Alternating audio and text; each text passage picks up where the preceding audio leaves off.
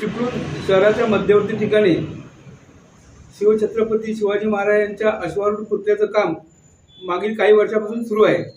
ते काम प्रगतीपथावर असताना या कामाच्या कंपाऊंड वॉलला दगडी आच्छादनासाठी स्वतंत्र निविदा प्रक्रिया राबविण्यात आली। ती निविदा प्रक्रियेचा खर्च सुरुवातीला 88 लाख रुपये दर्शवण्यात आला होता।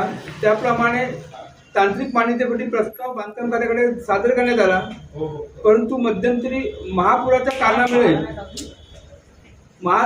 कारणामुळे फाईल प्रकरण गहाळ झालं, म्हणून दुरुस्ती फाईल परत सादर करण्यात आली।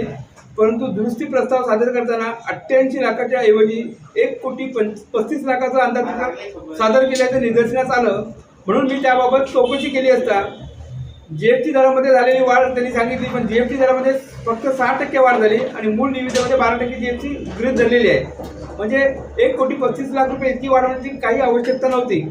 त्या संशय बनवल्यामुळे ज्या दरपत्रकाच्या आधारे यांनी निविदा अंदाजपत्रक तयार केलं, त्या दरपत्रकाची पडताळणी केली असता अशी गंभीर बाब समोर आली की यांनी ज्या दरपत्रकाच्या आधारे अंदाजपत्रक केलंय ते दरपत्रक पूर्णपणे बोगस आहे आणि हे बोगस दरपत्रक नगरपालिका, तत्कालीन मुख्याधिकारी, प्रशासन आणि कंपनी आणि दरपत्रक यांच्या संगनमताने झाल्याचं स्पष्टपणे दिसून येते। कारण दरपत्रक कोटेशन जे प्रसिद्ध झालं होतं ते 15/7/22 रोजी झालं होतं आणि 22 तारखेला त्याची अंतिम तारीख होती। मात्र त्या तारखेपर्यंत ते कोटेशन प्राप्त झालेले दिसून येत नाही। नगरपालिकेच्या दप्तरी कागदपत्र पाहिली असता की माहिती अधिकार माहिती किती असतं असं लक्षात येतं की 2/8ला म्हणजे ऑगस्टच्या 2 तारखेला 3 कोटेशन स्पर्धात्मक प्राप्त झालेली आहे आणि ही तिन्ही कोटेशनची माहिती घेतल्यानंतर असं निदर्शनास आलं आहे की एकाच दिवशी सिरियल नंबर प्रमाणे म्हणजे एकाच दिवशी अर्ध्या तासाच्या किंवा 1 तासाच्या फरकात ही तिन्ही कोटेशन नगरपालिकेच्या दप्तरी दाखल झाली आणि त्या दाखल झालेल्या दरपत्रकाचं अवलोकन केलं असता असं लक्षात येतं त्यातील एका दरपत्रकावर मोबाईल नंबर आहे, बाकी अन्य 2 नंबरच्यावर त्या लोकल फोन नंबर नाही, मोबाईल नंबर नाही किंवा जीएसटी नंबर, अन्य काही त्याच्यावर कायदेशीर प्रक्रिया ज्याला ग्राह्य जाता येईल ते दरपत्रक कायदेशीररित्या ग्राह्य जाता येईल असा कोणताही डॉक्युमेंट त्यासोबत नाही।